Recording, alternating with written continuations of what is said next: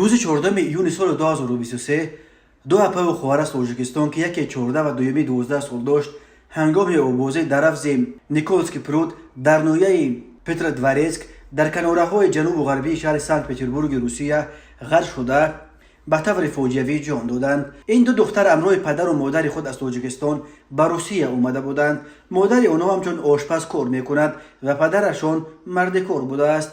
بنا به خبرها روز چهارشنبه 14 ایون این اپه و خواهر همراه پدر و بیبی و دادرچه 4 ساله‌شان به ساحل حوض برای استراحت آمدند. خواهران همراه پدرشان برای آببازی به آب در آمدند و دادر آنها همراه بیبیشان در ساحل مانده است.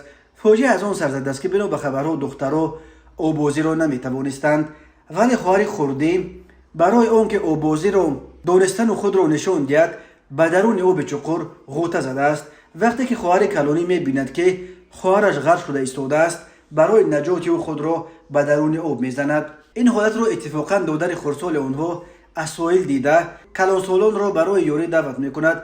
پدر آنها خود را به آب انداخته دختر خرده‌اش را از آب بیرون میکشد، ولی دختر کلانیش الکی به قعر حوض رفته بود. جسد او را بعدا نجات بخشان از زیر آب بیرون آورده به پدر و بیبی ماتم زده سپردند. اما فاجعه این خانواده با همین تمام نشد.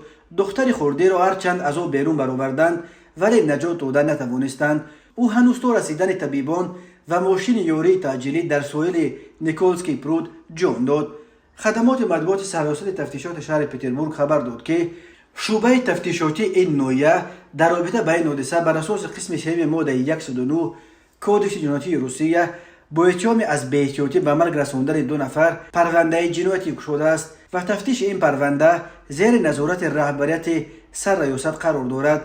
این بند قانون همچون جزا تا 4 سال زندان را پیش بینی میکند. تفصیلات دیگر فاجعه در حوض نیکولسکی پرود نشر نشده است. هر سال بیش از 1 میلیون نفر یا تقریبا نصف اهالی قابل کار تاجیکستان برای پیدا کردن روزی خانواده‌های خود به خارج و اساساً به روسیه به مهاجرت کاری میروند. هر سال در روسیه به دلایل مختلف تا 1000 نفر از مهاجران تاجیک از جمله 10 کودک مهاجران تاجیک میمیرند. فلاکت‌ها در جای کار و جای زیست و بیماری‌ها و صدمه‌های نقلیاتی از علت‌های عمده مرگ مهاجران تاجیک در روسیه نام برده می‌شود.